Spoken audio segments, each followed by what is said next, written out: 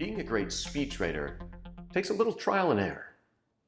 Becoming an excellent speaker is kind of a little bit like becoming an excellent chef.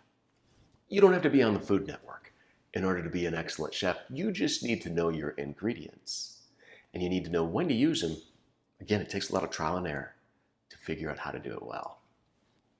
You know, in chefing, if you take your time, you can explore different tastes and come up with dishes that dazzle your guests with something that they've never tried before.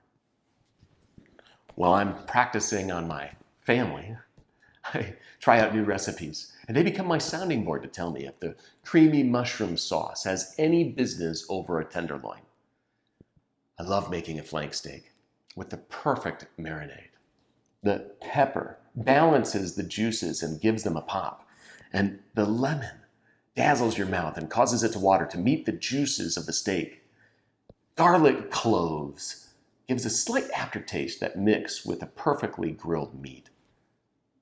So why do I marinate? Because if I don't, I'll simply be eating meat. I'll miss the savoriness, the delicacy that will make my guests want to slow down and taste every bite. A tenderloin isn't just sustenance. I want it to be remembered. The beautiful thing is, I'll let this meat sit in the freezer bag in the refrigerator for about 6 hours, maybe even overnight. And when I throw it on the grill, my guests will have no idea what a treat that they're about to receive. During these 6, 7, 8 hours, the meat will soak up all the juices. I'll let it sit long enough that the meat won't miss a single ingredient. And the result will be magnifique. The same goes for your speech. You don't want to serve up plain meat, do you? You don't want your audience to remember the topic only because it was an agenda item on the schedule. You want them to remember your speech, and people will never remember what you say unless they first remember how you made them feel. Let your speech marinate. Ponder the topic for a while. Instead of 6 hours, let your speech marinate for 6 days, or for an important address, 6 weeks or more. How do you do this? The first thing that you need to do is get all of your ingredients together. This means you need to write your first draft for your speech as soon as you know you need to give it. If you are 1 week before your speech, do not hesitate to start getting your ideas on a paper. The most excellent speakers, those who regularly speak, including comedians or keynoters, people that get paid for speaking, they're always writing ideas down. Now, they may not use these ingredients in their speech that they're about to serve up, so they set the concept in the cupboard. Maybe they'll have that for another tasty treat later. It's kind of like setting the spice aside. You'll be able to refer to it when you need it. I have a couple of places that I record my ideas. Often I'll type or dictate ideas in the notes on my phone or my computer. If I have a story and I like how it sounds, I'll record myself on my phone.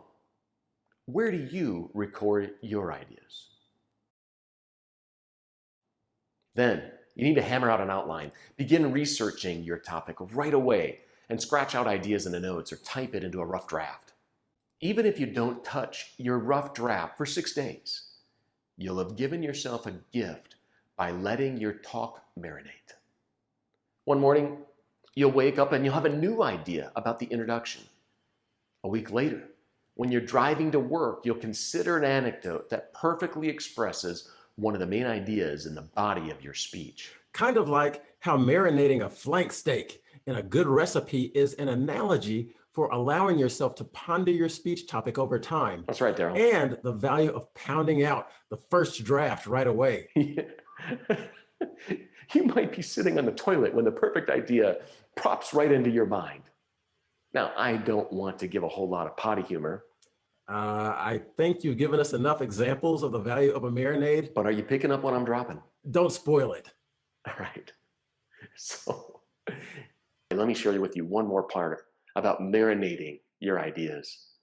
You see, this might actually sound a little bit voodoo, but when I ponder my speech over a long period of time, it almost seems as though my speech has something to say to me, and it wants to change me. Maybe it's something from the audience that I'm not too aware of until I get closer and closer to the speech that allows me to tweak and fit to them perfectly.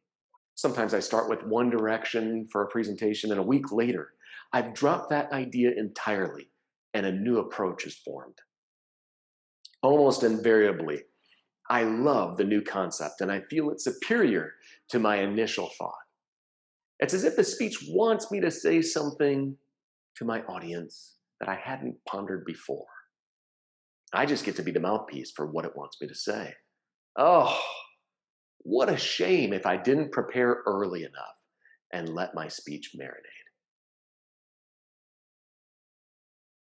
So, this only happens when we give our speeches plenty of time. Begin writing your outline or your speech early, even if the first draft is crap. Sometimes you have to get the crap out of the way so that you can find your gem. Now, later in this course, we're going to talk with you in depth about your style of your speech. If you've put your content on paper early, your pondering will most affect your style. With enough pondering and practice, now you're ready to serve up something that sizzles.